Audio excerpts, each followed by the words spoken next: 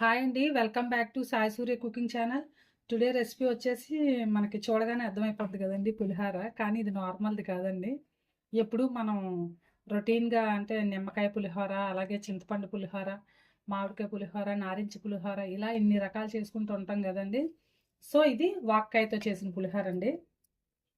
వాటిలాగా ఇది కూడా చాలా టేస్టీగా ఉంటుందండి. ఇప్పుడు ఈ సీజన్లో వాక్కాయలు దొరుకుతాయి కదండి. సో ఆ వాక్కాయలతో చేసిన పులిహోర అండి చాలా టేస్టీగా ఉంటుందండి. సో దీన్ని ఎలా తయారు చేసుకోవాలో ప్రాసెస్లోకి అయితే వెళ్దాం రండి. సో దానికోసం అయితే ఒక కప్పు రైస్ తీసుకున్నానండి. అలాగే ఈ వాక్కాయల్ని కడిగి పెట్టుకోవాలండి. ముందుగా మనం ఈ రైస్ని కడిగి స్టవ్ మీద పెట్టుకుందామండి. ఇలా 2 టైమ్స్ వాష్ చేసుకోవాలండి రైస్ని. సో బియ్యం 2 సార్లు కడుక్కోవాలండి. ఇలా 2 సార్లు కడుక్కున్నాక మనం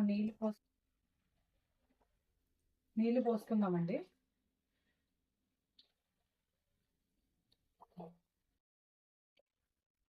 సో ఈ మాత్రం నీళ్ళు అయితే సరిపోతాయండి.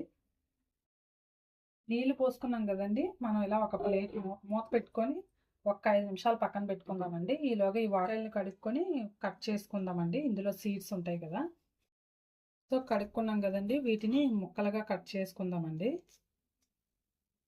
ఇలా కట్ చేసుకొని ఇందులో ఉన్న గింజను సీడ్ని తీసుకుందామండి.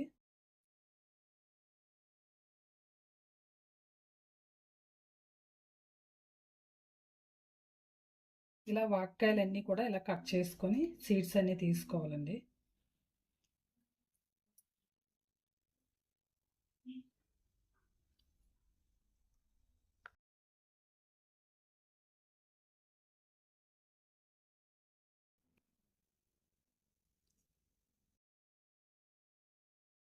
చాలా టేస్టీగా చాలా బాగుంటుందండి. అంటే మనకి పులిహోరకి పుల్లగా ఉండాలి కాబట్టి ఇవి చాలా పులుపుగా ఉంటాయి కదండి, అందువల్ల చాలా రుచిగా ఉంటుంది. సో వాక్కాయలన్నీ కూడా ఇలా కట్ చేసుకొని గింజలన్నీ కూడా లోపల ఉన్న సీడ్స్ అన్నీ కూడా తీసేసుకోవాలండి. ఓకేనండి, ఇవన్నీ కట్ చేసుకున్నాం కదా. ఇప్పుడు మనం స్టవ్ వెలిగించి రైస్ పెడదామండి స్టవ్ పైన. ఓకేనండి, స్టవ్ వెలిగించుకున్నాం కదా. ఇప్పుడు మనం ముందుగా కడిగి పెట్టుకున్న ఈ రైస్ని స్టవ్ పైన పెట్టుకుందామండి. అలాగే ఒక మూత కూడా పెట్టుకుందామండి. రైస్ ఉడికిన తర్వాత అప్పుడు మనం పులిహోరకి ప్రిపేర్ చేసుకుందామండి. సో పొంగు వస్తున్నాం తీద్దామండి.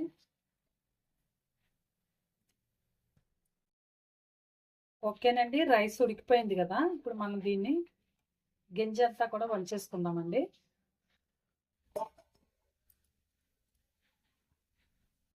ఓకేనండి, వంచేసుకున్నాం కదా. ఒక్క 2 నిమిషాల పాటు మనం స్టవ్ మీద పెట్టుకుందామండి. వాటర్ అదేమండి డ్రై అయిపోద్ది కదా. సో ఇది అయ్యేలోపు మనం వాక్కాయలు అయితే దంచుకుందామండి. సో వాక్కాయలు ఇందులో కొద్ది కొద్దిగా వేసుకొని కచ్చాపచ్చాగా దంచుకుంటే మనకి కదండి తొందరగానే నలిగిపోతాయి కదా.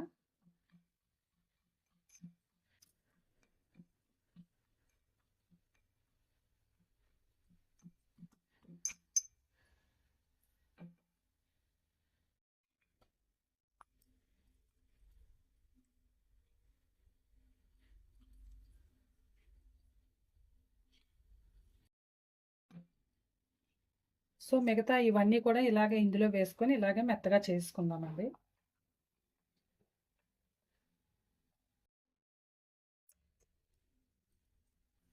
సో అదంతా ఇలా మెత్తగా దంచేసుకున్నాం కదండి. సో ఇప్పుడు రైస్ చూద్దామండి. రైస్ కూడా అయిపోవచ్చిందండి, దీన్ని దించేసుకుందామండి. ఓకేనండి, ఇదే స్టవ్ మీద ఒక కళాయి పెట్టుకుందామండి. ఒక కళాయి పెట్టుకున్నాం కదండి. ఇప్పుడు పులిహోర పోపుకి తగినంత సరిపడినంత ఆయిల్ వేసుకుందామండి.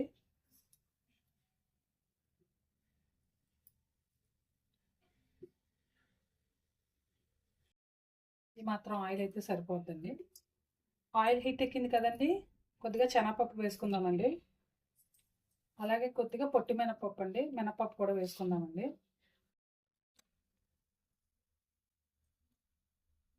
చక్కగా ఇవి వేగేటప్పుడే మనం కొద్దిగా ఆవాలు కూడా వేసుకుందామండి. కొద్దిగా ఆవాలు, అలాగే అవి వేగేటప్పుడు కొద్దిగా ఎండుమిరపకాయలండి. ఎండుమిరపకాయ ముక్కలు కూడా వేసుకున్నాం కదండి. అలాగే కొద్దిగా జీడిపప్పు, నెక్స్ట్ అలాగే కొద్దిగా పల్లీలు. సో వీటన్నిటిని కూడా బాగా వేయించుకోవాలండి.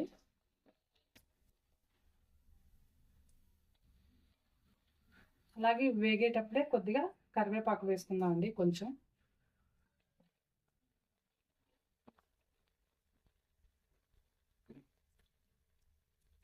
నెక్స్ట్ కట్ చేసుకున్న పచ్చిమిరపకాయ ముక్కలు, అల్లం ముక్కలండి. అల్లం పచ్చిమిరపకాయ ముక్కలు సన్నగా కట్ చేసుకోవాలండి. అల్లం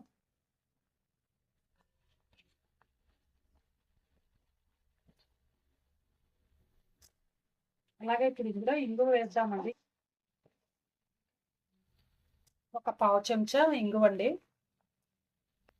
అలాగే నెక్స్ట్ పసుపు వేసుకుందామండి. అలాగే మనం ముందుగా దంచుకున్నాం కదండి వాక్కాయది, సో ఇవి కూడా వేసుకుందామండి.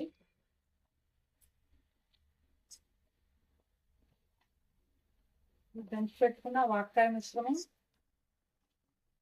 అలాగే పోపు అంతా కూడా మంచి బాగా వేయించుకోవాలండి. ఈ పులిహార పోపు బాగా వేగాలండి. రుచికి సరిపడా ఉప్పు వేసుకుందామండి. రైస్కి సరిపడా చూసుకొని మనం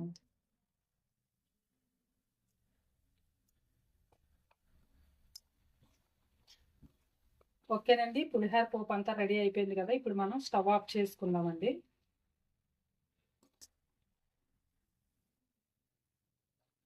ఇది చల్లారిన తర్వాత రైస్లో వేసి కలుపుకోవడమేనండి. ఓకేనండి, ఇప్పుడు రైస్లో వేసుకొని కలుపుకుందామండి. చల్లారింది కదా.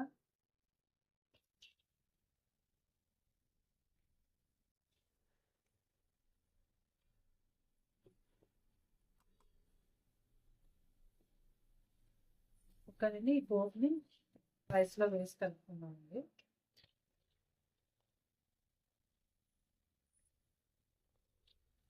మనం ఎక్కువగానే వేసుకున్నాం కాబట్టి చూసి వేసుకోవచ్చండి. ఇప్పుడు ఇదంతా కూడా చేతితో కలిపేసుకున్నాం.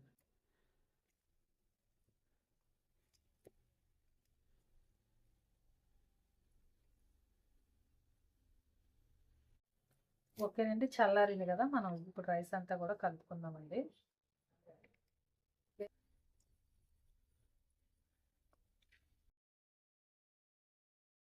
మనకి ఈ పోపే సరిపోయేలా ఉందండి. కావాలనుకుంటే ఇంకొంచెం అది కూడా వేసుకుందామండి. ఓకేనండి, మిగతా పోపు కూడా వేసుకున్నామండి. సో మన పులిహార రెడీ అయిపోయిందండి. ఇప్పుడు చక్కగా ప్లేట్లో వేసుకొని చక్కగా సర్వ్ చేసుకోవడమేనండి.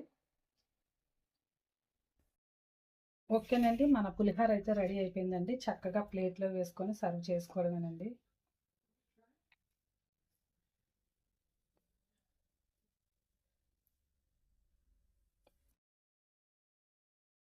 ఓకేనండి, మన వాక్కాయ పులిహార అయితే రెడీ అయిపోయిందండి. చాలా టేస్టీగా చాలా బాగుంటుందండి. సో ఈ వాక్కాయ పులిహార మీకు కూడా నచ్చినట్లయితే మీరు కూడా ట్రై చేయండి. ట్రై చేసి అలాగే మీ ఫ్రెండ్స్కి, రిలేటివ్స్కి కూడా షేర్ చేయండి. నచ్చితే ఒక కామెంట్ కూడా పెట్టండి. Please like and subscribe my channel. Bye friends, మళ్ళీ నెక్స్ట్ వీడియోలో ఇంకో వంటతో కలుద్దాం.